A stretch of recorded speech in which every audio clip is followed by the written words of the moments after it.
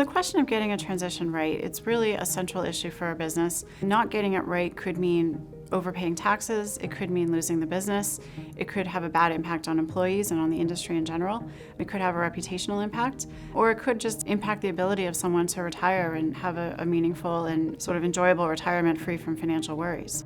So there's probably four main ways that people exit their business. One of those ways is it's pretty obvious, you sell it. You can sell it to someone who's what I would call a strategic buyer, who might be someone in the same industry who's in a different region. Another option is to sell to someone like a private equity buyer who isn't in that space but sees the business as a good investment. Another option would be to transition to a family member. If there's a family member who's interested in taking over the business, there's different tax-efficient ways that we have of actually transferring that value without actually incurring any federal income taxes. Another thing that people look at is trying to sell it to people who are working in the business, whether they be family members or outsiders who have come into the business and have worked there for a long time. The problem with that, though, is once a business really becomes valuable, it can be very difficult for those people who have just been working relatively normal jobs to suddenly come up with that much money. And that's why the other thing that people often look at is what we call an ESOP, which is an employee stock ownership plan. But what it does is it allows the founder of the business to sell to an ESOP trust, and that trust then owns the shares essentially for the benefit of the employees of the business. I like to say it's a way of sort of selling your business without actually leaving it. You also maintain the culture, you maintain the legacy, you maintain what you've built.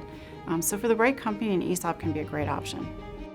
Some of the common mistakes that people make with succession planning is not considering the value of the business and not consulting someone to really understand what is the most tax-efficient way to accomplish whatever the goals are, whether it be to make sure that the value of the business is not going to be in someone's estate when they die, to make sure that the transfers are done at an early enough stage that the business isn't too valuable for someone internally to purchase it. I also think that one of the common mistakes is not to really do an honest assessment of what's missing from the business, what's needed. Just because someone's worked there for 20 years, they might not be the person that you need as your CFO, for example, even though they were fine 20 years ago. The attorney will be able to advise on different business structure issues. For example, if you're an S Corp, there's limitations on what type of stock you can issue. So an attorney will be able to advise on things like that. The attorney can advise on some of the legal structures and also on the tax law implications.